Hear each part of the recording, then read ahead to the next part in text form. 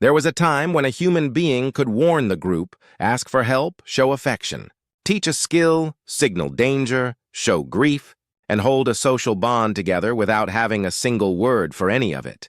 No names for things, no grammar, no sentences waiting in the throat. And yet somehow, those humans survived long enough to become us.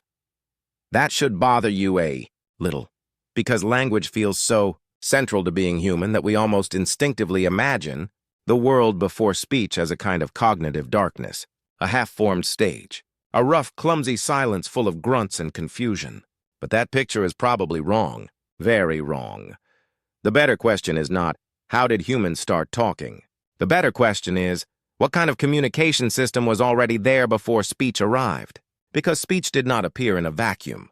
It landed on top of something older, something already useful, something strong enough to keep groups coordinated, children taught, conflicts managed, threats recognized, alliances maintained, and emotions shared long before a single fully formed language existed. And once you start looking for that older system, you realize something unsettling.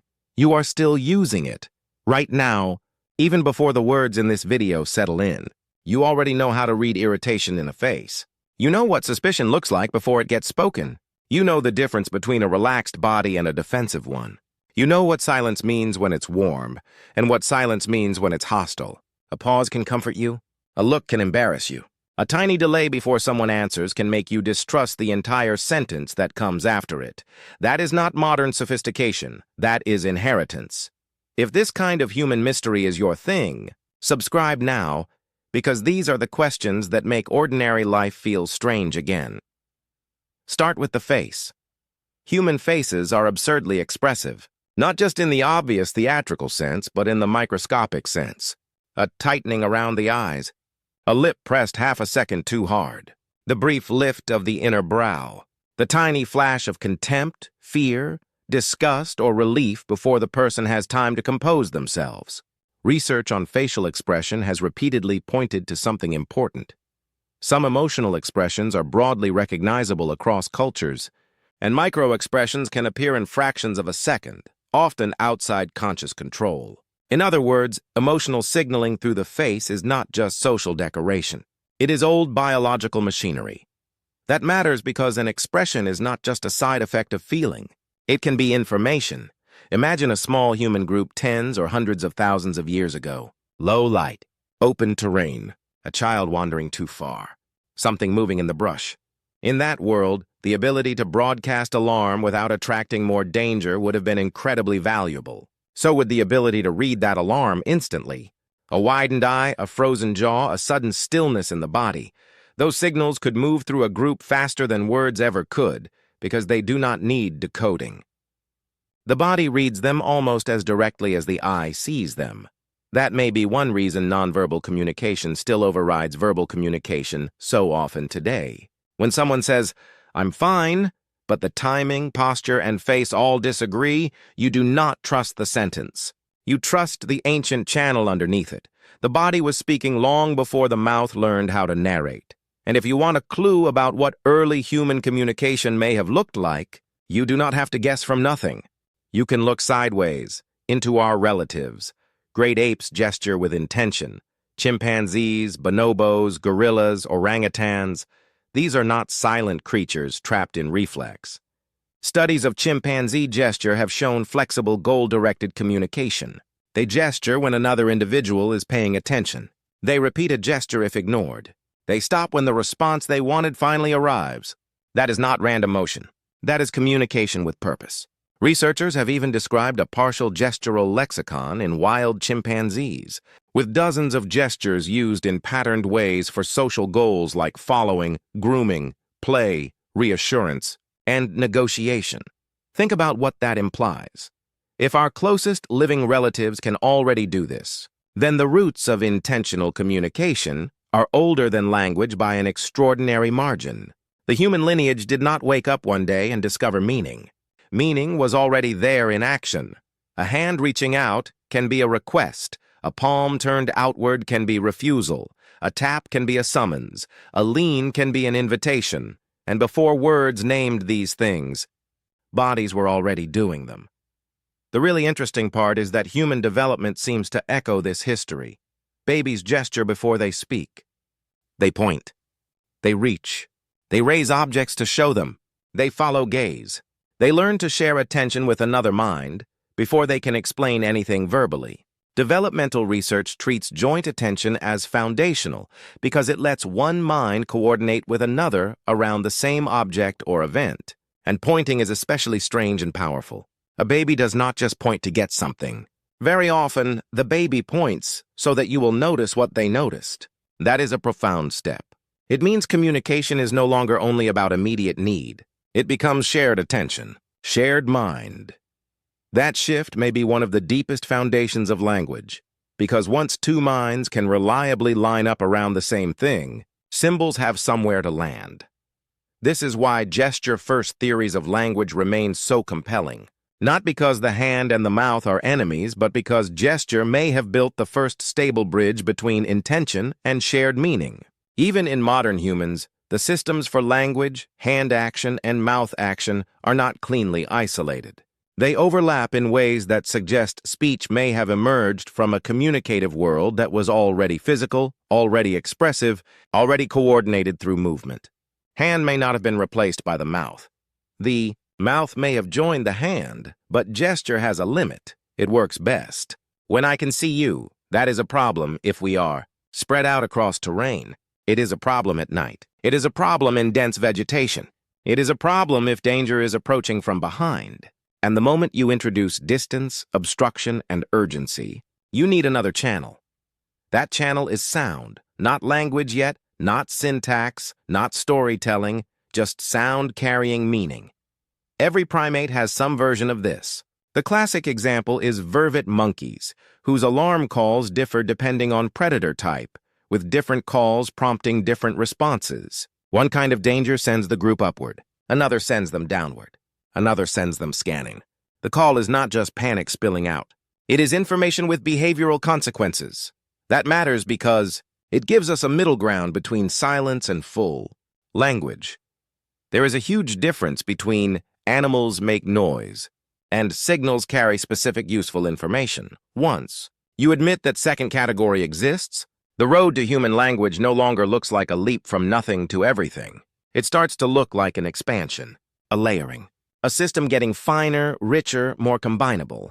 Our ancestors probably had vocal repertoires long before they had words in the modern sense. Different urgency levels, different social sounds. Calls for gathering, caution, protest, reassurance, distress, maybe even for location. Not language, but not mere noise either. A meaningful acoustic map of social life.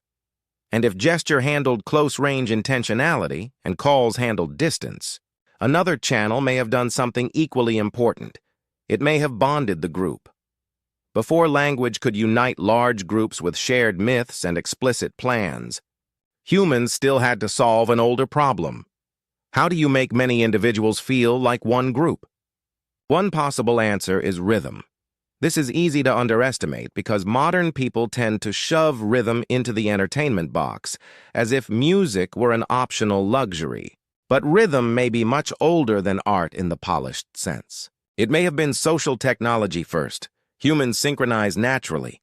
We clap together, march together, chant together, sway together. And research on synchrony suggests it changes people. Group rhythmic activity is linked to bonding, changes in pain threshold, and mechanisms involving endorphin-related effects and self-other merging. In simpler terms, moving in time with other people does not just look communal. It feels communal in the body. That may help explain why rhythm appears everywhere humans appear. You do not need advanced tools for rhythm. You need hands. You need feet. You need breath. A log can become percussion. So can stone. So can the chest. So can the ground itself. Long before a polished instrument existed, humans already had the ability to create repeated patterned sound together. Now think about what that would do in a world without formal speeches, written law, or shared national identity. Rhythm can gather attention. It can regulate movement. It can signal unity. It can calm fear. It can intensify courage. It can tell every body in hearing distance, we are here together. Robin Dunbar famously proposed that things like singing and rhythmic vocalization may have acted as a kind of social grooming at scale. Physical grooming works well in small primate groups, but it is slow and one-to-one. Once human groups got larger, something more efficient would have been needed to create cohesion across many individuals at once. Collective sound may have been one answer.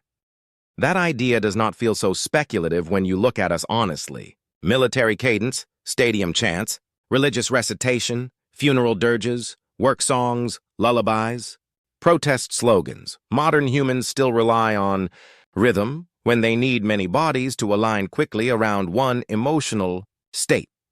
Speech can explain. Rhythm can synchronize. And both matter. The archaeological record cannot capture sound directly, but even the oldest known flutes are around 40,000 years old, which tells you organized musical behavior is ancient. And percussion almost certainly goes back much further, because the materials needed for it leave almost nothing behind. Now pull back from sound and look again at the body as a whole. Posture communicates rank, threat, invitation, withdrawal, and confidence with astonishing efficiency. Make yourself larger and you signal one thing. Curl inward and you signal another. Turn your torso toward someone and that means something. Angle it away and that means something too. Close distance, hold distance, cut off distance, space itself becomes part of the message. This is not secondary communication. It is foundational. Who stands near the center of a group? Who is allowed physical closeness? Who touches first? Who yields space? Who holds eye contact and who drops it? In complex social species, these are not trivial details. They are the architecture of relationship. Touch belongs in that architecture too. A quick hand on the arm can redirect panic. A longer touch can reassure. A touch to the shoulder differs from a touch to the face. Permission matters. Timing matters. Pressure matters. Entire social maps can exist in tactile form before anyone verbalizes what the relationship is. The reason this matters for early humans is simple. A species does not need words to have status, alliances, suspicion, affection, grief, or trust. It only needs bodies capable of showing them and nervous systems, capable of reading them. Language made those. Relationships describable. It did not create them. And there is one, older channel. Most people forget completely. Smell humans. Love to tell themselves they are not that kind of animal anymore. We imagine smell as primitive, and because dogs outperform us so dramatically, we assume olfactory communication is basically irrelevant to human life. But evidence suggests that human chemosignals still carry social information. Studies on fear and disgust sweat have shown that people exposed to those signals can display corresponding facial and perceptual responses without consciously realizing why. That is extraordinary. It means part of human communication can bypass explicit awareness altogether.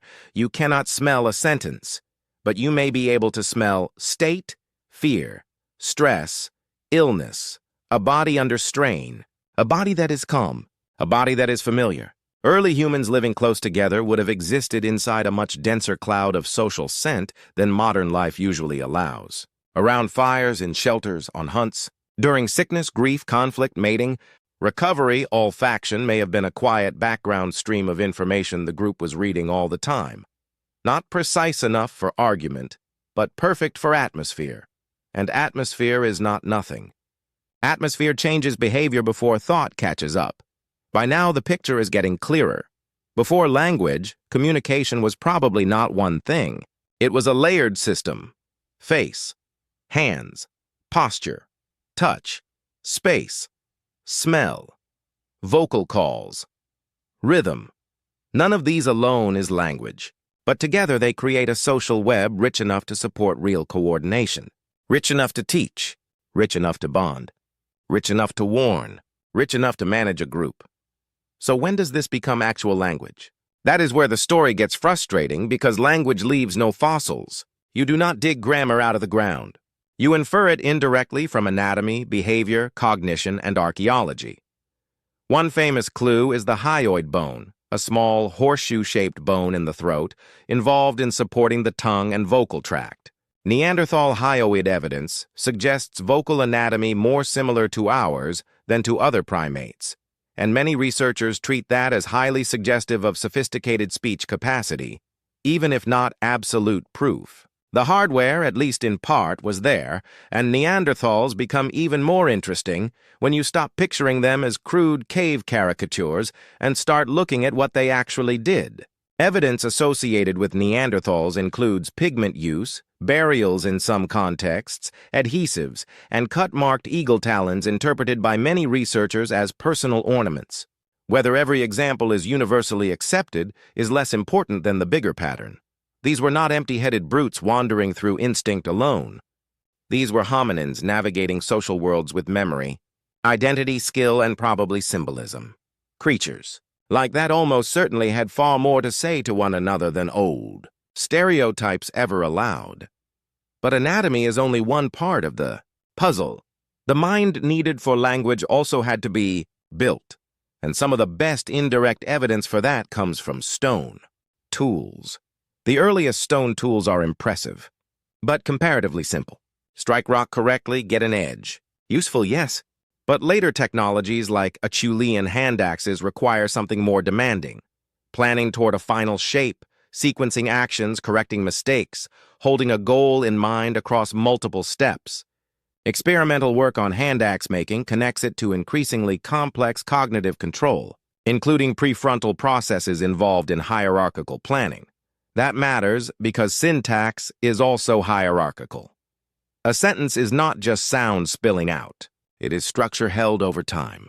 Parts nested inside parts. Choices constrained by earlier choices, meaning assembled through ordered sequence. If human ancestors were already developing brains capable of long action sequences in tool-making, then some of the cognitive scaffolding needed for language may have been under construction long before full speech emerged. Maybe that is one of the biggest misconceptions people carry into this question. They imagine language appearing as a miracle, but the more likely picture is that the species was assembling the prerequisites piece by piece, across an enormous stretch of time. Better social reading, better intention tracking, better motor planning, better memory for sequence, better vocal control, better teaching, better group cohesion, better symbolic capacity, then at some point, perhaps surprisingly late relative to those foundations, the combinatorial breakthrough arrives. Not just a signal for danger, not just a gesture for come here, not just a rhythm for unity, but a system where signals can be combined, rearranged and layered so that a finite set of sounds can generate an open-ended set of meanings. That changes everything. Now you can talk about what is not here. You can warn about tomorrow. You can describe what happened far away. You can explain why a method works. Not just demonstrate it. You can plan beyond the visible horizon, and that brings us to one of the most underrated functions of pre-language communication, teaching. Because survival is not only about reacting in the moment, it is about passing knowledge forward. How do you teach without words? You demonstrate, you repeat, you redirect attention, you slow the action down, you guide the hand, you let the learner copy. Humans are exceptionally good imitators, and in children that tendency becomes almost excessive. Research on over-imitation shows that children often copy even unnecessary steps when an adult demonstrates a task, as if they assume the full action sequence must carry important information. That tendency may seem inefficient in the short term, but across generations it becomes a powerful cultural engine. It preserves method, not just outcome, and method is where culture lives. How to shape a cutting edge, how to track wounded prey. How to prepare something safely. How to avoid a toxic plant. How to handle fire. How to move quietly. How to mourn. How to belong. A species does not need writing for that. It does not even need full language at first. It needs attention, memory, imitation, demonstration, correction, and enough shared context for the learner to see what matters.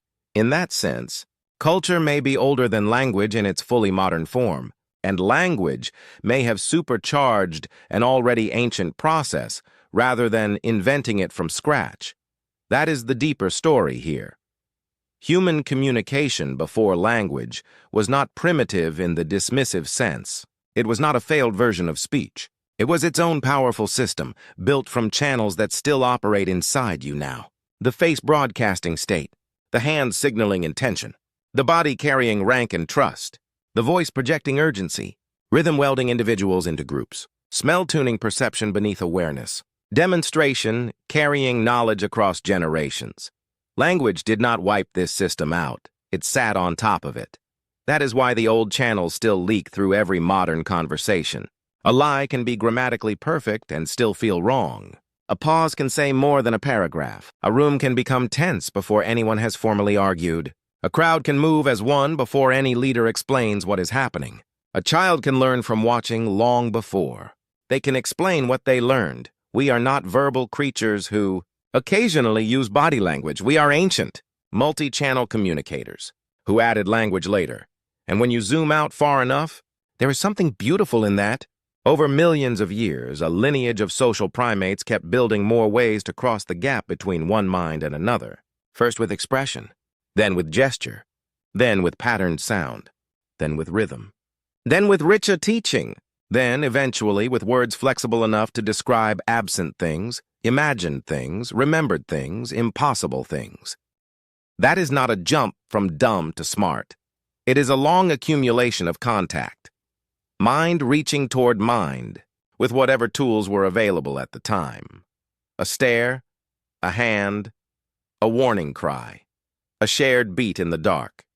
An old hunter slowing down so young hands can copy the movement exactly. And only much later, the sentence. So if you really want the answer to the question, how did humans communicate before language existed? They did it the way evolution usually solves. Impossible problems. Not all at once. Not with one.